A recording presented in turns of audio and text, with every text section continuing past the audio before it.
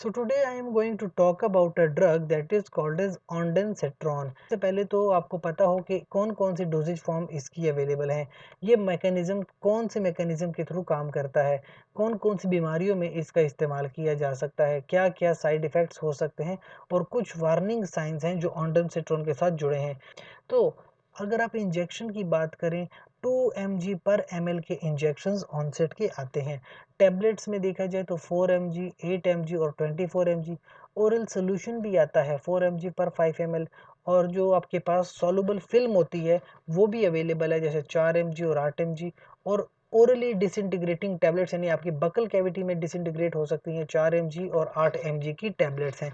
तो मतलब ये हुआ कि आपके पास ondansetron के मुख्तलिफ तरह की डोजेज फॉर्म अवेलेबल है।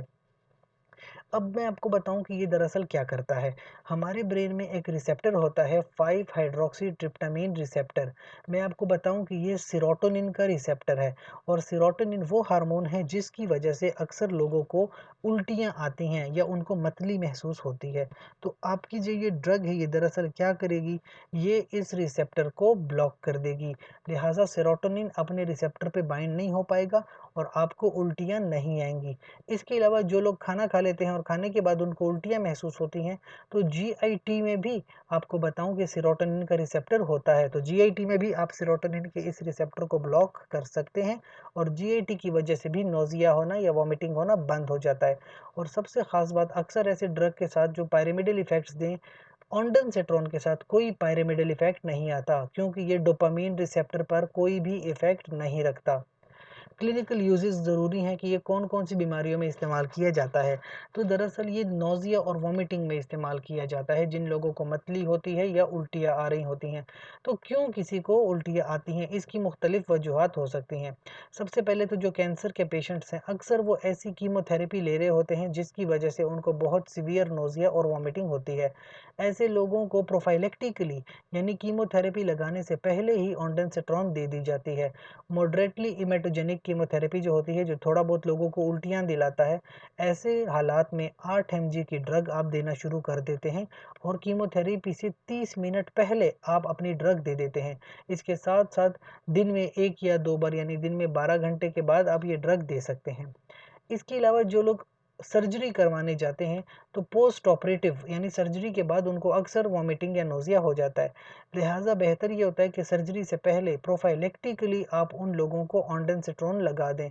तो 4 mg का इंजेक्शन लगा दिया जाता है, इंट्रावीनस भी लगा सकते हैं, इंट्रामस्कुलर भी लगा सकते हैं और इवन एनेस्थीसिया देने से पहले भी लगा सकते हैं, ताकि एनेस्थीसिया देने के बाद आपको उल्टियाँ ना हों। और 16 mg पर ओरल के हिसाब से यानी हाई डोज में भी ये ड्रग दे सकते हैं। लेकिन अगर आपके बॉडी का वेट 80 किलो से ज़्यादा है, तो आपको ड्रग की डोज मज़ीद बढ़ानी पड़ती है, यानी एडिशनल 4 mg इंट्रावीनस डोज देनी पड़ती है। इसके अलावा जो लोग रेडिएशन थेरेपी के में जाना चाह रहे हैं, यानी वो उनकी रेडियोथेरेपी होनी है, तो बता दूं मैं आपको कि रेडिएशन की वजह से भी लोगों को नोज़िया और वॉमिटिंग की प्रॉब्लम हो जाती है। लिहाजा रेडिएशन में जाने से पहले प्रोफाइलेक्टिकली आप ऑन्डनसेट्रॉन लगा सकते हैं।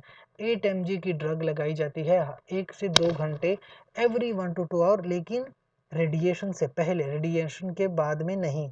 इसके साथ साथ अगर आप सिंगल डोज लगाना चाहें तो एब्डोमेन के अंदर इंजेक्शन लगा सकते हैं 8 mg पर ओरल।